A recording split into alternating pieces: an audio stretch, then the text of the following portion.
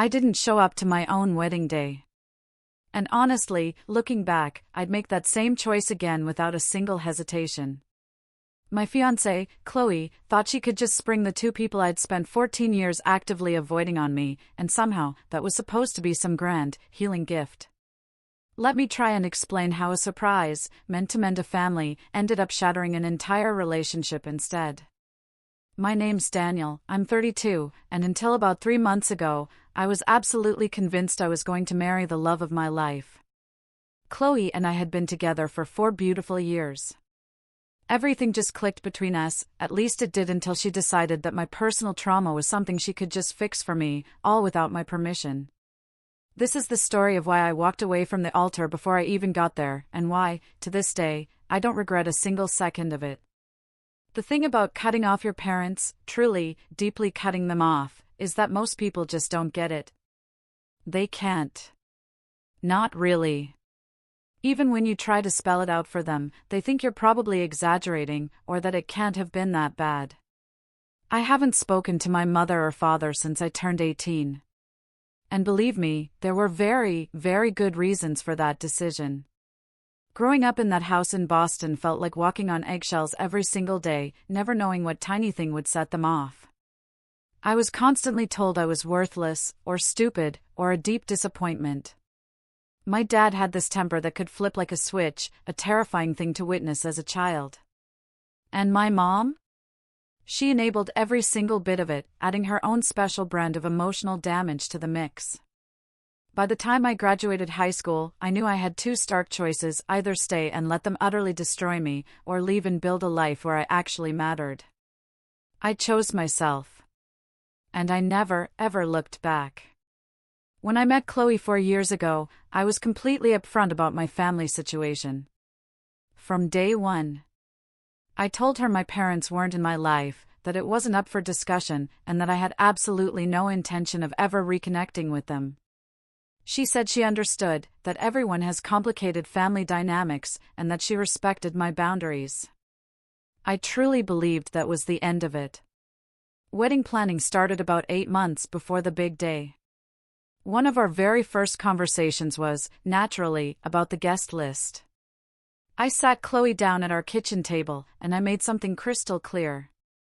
My parents are not invited to this wedding. This is non-negotiable.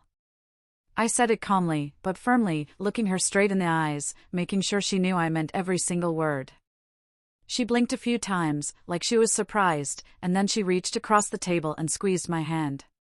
She told me it was our wedding, that she would never invite anyone who made me uncomfortable, and that we were building our own family now. I believed her. Completely. A week later, Chloe's mom, Martha, asked me about it when we were having dinner at her place. She wondered if maybe my parents might want to be involved somehow. I shut that down immediately, politely but firmly telling her they wouldn't be there, that chapter of my life was closed. Martha looked at Chloe, then back at me, and said she understood. Chloe, in that moment, backed me up, telling her mom she supported my decision 100%. Even Chloe's younger sister, Sarah, who was supposed to be one of the bridesmaids, seemed to get that some family situations are just too broken to fix. Everything seemed fine. I let myself relax into the wedding preparations, thinking we were finally on the same page about everything that truly mattered. The first hint that something was horribly wrong came exactly 1 week before the wedding, on a Monday afternoon. I came home from work a little early and heard Chloe on the phone in our bedroom, the door half closed. I wasn't trying to eavesdrop. I was just grabbing a glass of water from the kitchen when I caught part of what she was saying. He doesn't know yet. It's supposed to be a surprise, she whispered, that excited, almost conspiratorial tone people use when they're planning something they think is incredibly clever. My stomach dropped. Immediately. Because in the context of our wedding, there was only one kind of surprise that would require that much secrecy. I stood there, frozen in the hallway, trying desperately to convince myself I was just being paranoid. Maybe she was talking about some other small detail, like a special song, or a cake flavor. But deep down, I already knew. And the knowing felt like ice water in my veins. She came out of the bedroom a minute later and practically jumped when she saw me standing there. I asked her what surprise she was talking about. She got this deer-in-headlights look that told me everything I needed to know before she even opened her mouth. The conversation that followed is burned into my memory forever. Chloe tried to laugh it off at first, saying it was nothing important, just some small detail she wanted to keep special. I didn't let her deflect. I asked again what surprise she meant, and this time my voice had an edge to it that made her realize I wasn't going to drop it. She took a deep breath, and then she just said it. She'd invited my parents. The words hung in the air between us like a grenade that hadn't exploded yet. I stared at her, genuinely not sure if I'd heard her correctly. Then I asked her to repeat herself. She did. And this time, she added that she thought it would be beautiful, that every person deserves to have their family at their wedding, that maybe seeing me happy and successful would help heal old wounds. I felt my hands start shaking, not from sadness, but from pure, raw rage. I reminded her that I'd specifically told her they were not welcome, that this wasn't up for discussion, that I'd made my boundaries crystal clear from day one. She tried to reach for me, but I stepped back. And that's when she started with the justifications. She said she'd been talking to her mom about it for weeks, that they both felt like family was too important to throw away, that she wanted to give me the gift of reconciliation. She actually used the word gift, like ambushing me with my abusers was some kind of generous gesture. I told her she had no right to make that decision, that she'd betrayed my trust in the worst possible way, and that I needed her to uninvite them immediately. Chloe started crying then, saying she'd already confirmed everything with them weeks ago, that they were excited to come, that uninviting them now would be cruel. I couldn't believe what I was hearing. She was more concerned about the feelings of two people who'd made my entire childhood a misery than she was about the person she was supposed to marry. I gave her an ultimatum right there in our living room. If they show up to that wedding, I won't. She looked at me like I'd slapped her, and she asked if I was seriously threatening to leave her at the altar over this. I wasn't threatening anything. I was making a promise. I told her she could have them there, or she could have me, but she couldn't have both. She kept crying, saying I was being unreasonable, that I was ruining everything, that she'd only done this because she loved me. That last part made me laugh, an ugly, bitter sound that didn't feel like it came from me. Love doesn't mean trampling someone's boundaries and calling it a surprise, I said. And those were the last words I spoke to her before I grabbed my keys and walked out. I drove straight to my best man Ben's apartment. He took one look at my face and didn't ask questions, just handed me a beer and pointed to his couch. At that point, I honestly didn't know if I was still getting married. That first night at Ben's place, I didn't sleep at all. I just sat on his couch, staring at the ceiling, replaying the conversation with Chloe over and over in my head, trying to figure out how someone who claimed to love me could do something so fundamentally wrong. Ben didn't push me to talk about it right away. He just made coffee in the morning and sat across from me, waiting until I was ready. When I finally told him what happened, his face went through about 5 different expressions before settling on pure disbelief. He asked if Chloe had lost her mind. And honestly, I was wondering the same thing. This wasn't some small disagreement about wedding colors or seating arrangements. This was her deciding that my clearly stated, non-negotiable boundaries didn't matter because she thought she knew better. The more I sat with it, the angrier I got. Not just at what she'd done, but at the calculation behind it. She hadn't told me because she knew I'd say no, and she'd waited until 1 week before the wedding because she thought I'd be too invested to back out. My phone started going off around mid-morning on Monday with texts and calls from Chloe. At first, they were apologies, long, rambling messages about how she understood she'd made a mistake and how sorry she was for going behind my back. I read them but didn't respond, and that seemed to make her panic. By early afternoon, the messages shifted to justifications, saying her mom had convinced her it was the right thing to do, that family should be together during important moments, that she truly believed seeing me successful and happy might change my parents somehow. I read every message and felt my resolve getting stronger with each one, because none of them addressed the actual problem. She wasn't sorry for violating my trust. She was sorry I was upset about it. There's a huge difference between those two things, and it told me everything I needed to know about how she viewed this situation. Monday evening, her messages took on a different tone entirely, getting defensive and almost angry, saying I was overreacting and being dramatic, that lots of people have complicated relationships with their parents and still include them in major life events. That message in particular made me want to throw my phone across the room because she was comparing my situation to normal family tension, like my parents had just been a bit strict or occasionally annoying. The pattern continued for the next 3 days. Tuesday brought more apologies mixed with guilt trips about how much money had been spent and how many people were expecting a wedding. Wednesday, she tried a different approach, sending me photos from our relationship, reminding me of good times we'd had. Basically trying to emotionally manipulate me into compliance. Thursday morning, she enlisted her sister Sarah to text me, asking if I was okay and saying Chloe was devastated. I finally responded to Sarah, not because I wanted to engage, but because she'd always been kind to me and deserved an explanation. I told her that Chloe had crossed a line that couldn't be uncrossed, that this wasn't about cold feet or wedding jitters. It was about fundamental trust and respect. Sarah wrote back saying she understood, that she tried to talk Chloe out of the surprise, but had been shut down, and that she was sorry this was happening. At least someone in that family got it. Ben asked me multiple times over those days what I was going to do. And I told him honestly that I was still deciding. Part of me wanted to believe this was just a massive error in judgment. That Chloe would come to her senses and somehow fix it. That we could move past this if she truly understood how badly she'd messed up.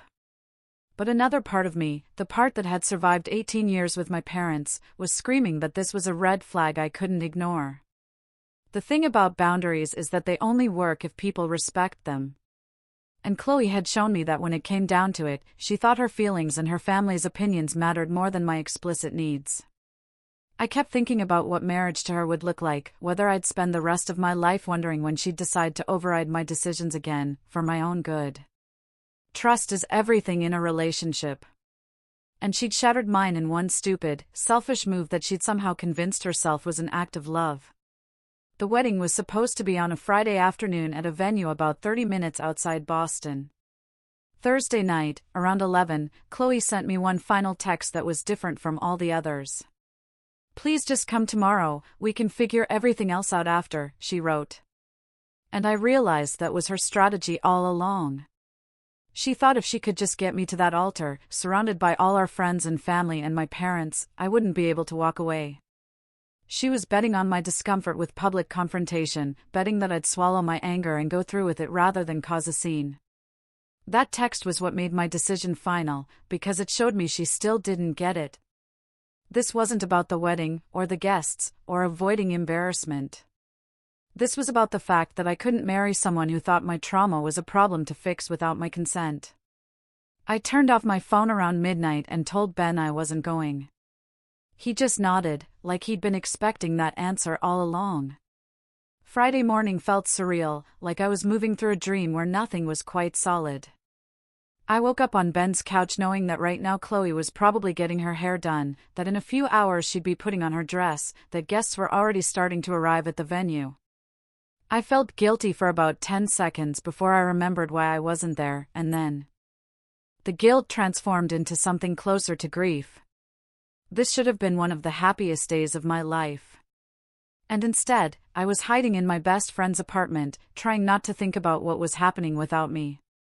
Ben asked if I was sure about my decision, not because he doubted me, but because he wanted to make absolutely certain I wouldn't regret it later. I told him I was sure, that I'd rather deal with the fallout of a cancelled wedding than spend my life with someone I couldn't trust. He respected that, and we spent the afternoon watching movies and pretending this was just a normal day off work. I found out later what happened at the venue. Pieced together from messages Ben got from other groomsmen, and some posts people made online before they realized the full situation. Guests started arriving around 2 in the afternoon. Everyone dressed up and excited, completely unaware that the groom wasn't coming. Chloe was in the bridal suite getting ready with Sarah and her bridesmaids. And apparently, she kept asking if anyone had heard from me, getting more anxious as time went on. My parents showed up right on schedule. My dad in a suit I'd never seen before, and my mom wearing what people described as a very elaborate dress. They seemed thrilled to be there, according to witnesses, smiling and greeting Chloe's family like they were honored guests instead of uninvited crashers. The ceremony was supposed to start at 3. By 2:45, people were getting restless, murmuring about where I might be. Ben had texted me one last time right before he was supposed to walk down the aisle. One final chance to change my mind. But my phone was off, and even if it hadn't been, my answer would have stayed the same. 3 o'clock came and went with no groom. Chloe sent Sarah out to check if I was in the parking lot or maybe having some kind of crisis in my car. By 3:15, the murmuring had turned into full conversations. People pulling out their phones and texting each other, asking what was going on. At 3:30, the wedding coordinator went into the bridal suite. And I can only imagine what that conversation was like. Chloe realizing that I'd meant what I said, that I actually wasn't coming. The wedding was officially called off around 3:45, and guests were told there had been an emergency and everyone should go home. Chloe's family was apparently mortified. Her mom, Martha, kept trying to call my phone, which went straight to voicemail, and my parents were absolutely furious.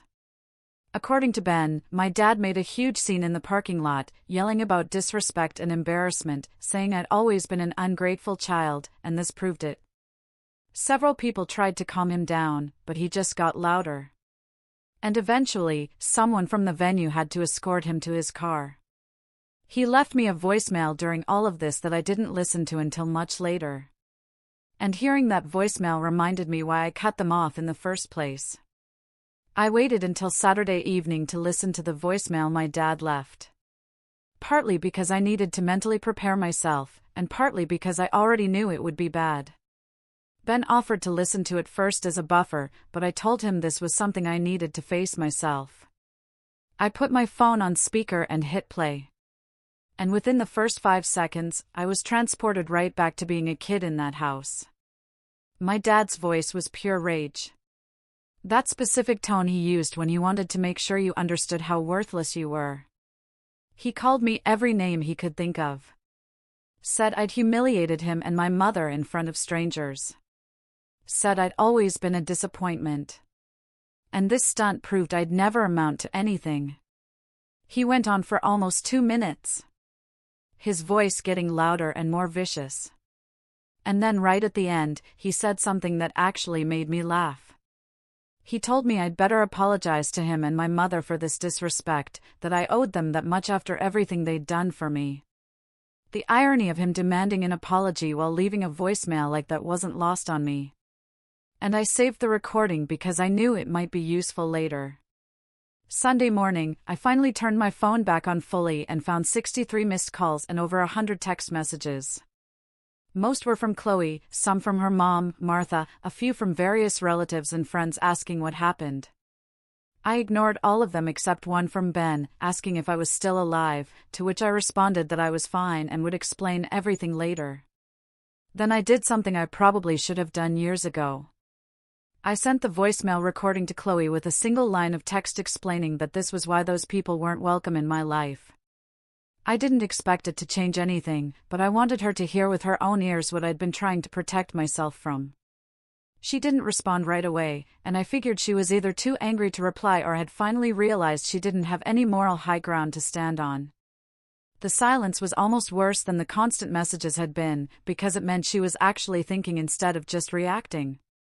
Chloe finally called me Monday afternoon, and her voice sounded completely different than it had in any of our previous conversations. She was quiet, almost timid, and she started by saying she'd listened to the voicemail 3 times because she couldn't believe what she was hearing. I had no idea it was that bad, she said, and I could tell she was crying. She apologized for not understanding, for thinking she could fix something she didn't fully comprehend, for putting her vision of a perfect family reunion above my safety and well-being. It was the first real apology I'd gotten from her. The first time she'd acknowledged that she'd been fundamentally wrong instead of just sorry I was upset. But here's the thing about apologies. They don't erase what happened. I told her I appreciated her finally understanding, but that the damage was done. Trust isn't something you can just apologize back into existence, especially when it's been broken this badly. She asked if we could meet in person to talk. And after some hesitation, I agreed because I figured we both deserved actual closure rather than just ending things over the phone. Before I could meet with Chloe, her mom, Martha, called me on Tuesday morning. I almost didn't answer because I wasn't in the mood for another lecture about the importance of family, but something made me pick up. Martha started the conversation by defending the surprise, saying that every child should have their parents at their wedding regardless of past issues, that forgiveness was important, that holding grudges only hurt the person doing the holding. I listened to her entire speech without interrupting, and when she finally paused for breath, I asked her a simple question. I asked if she'd want her daughter to marry someone whose parents had spent 18 years tearing her down, making her feel worthless, creating an environment where she never felt safe or valued. Martha went quiet and I could practically hear her trying to figure out how to respond. Then I told her about specific incidents from my childhood. Not the worst ones, because those were too painful to share, but enough to paint a clear picture of what my normal had been. I explained that my dad's temper wasn't just occasional anger. It was a constant presence that shaped every moment of every day. I told her my mom had never once stood up for me, had actively participated in making me feel like I deserved the mistreatment I got. By the time I finished talking, Martha was silent, and when she finally spoke again, her voice was shaky. She said she hadn't known, that Chloe had told her I was estranged from my parents, but hadn't explained the severity of it. That if she'd understood, she would never have encouraged the surprise. I told her I appreciated that, but it didn't change the fact that her daughter had made a choice that showed she valued other people's opinions more than my explicitly stated boundaries. Chloe and I met at a coffee shop on Wednesday afternoon, neutral territory, where neither of us had home field advantage. She looked exhausted, like she hadn't slept since the wedding that wasn't, and she'd clearly been crying recently. We sat down across from each other, and for a long moment, neither of us said anything. Finally, she spoke, telling me she understood now why I'd made the choice I did. That listening to that voicemail had opened her eyes to things she'd been willfully blind to before. She said her mom had called her after our conversation and had been horrified by the details I'd shared, that her whole family now understood this wasn't about me being stubborn or unforgiving. I nodded and thanked her for finally getting it. But then I had to ask the question that had been eating at me all week. Why hadn't she just believed me in the first place? Why did she need proof before my word was enough? She didn't have a good answer for that. Just said she'd thought she was helping, that she genuinely believed love could heal anything if people just tried hard enough. We talked for over 2 hours about everything, the relationship, the wedding, the future. I told her I couldn't marry her. Not after this. Not when I'd spent the last week questioning every decision we'd ever made together.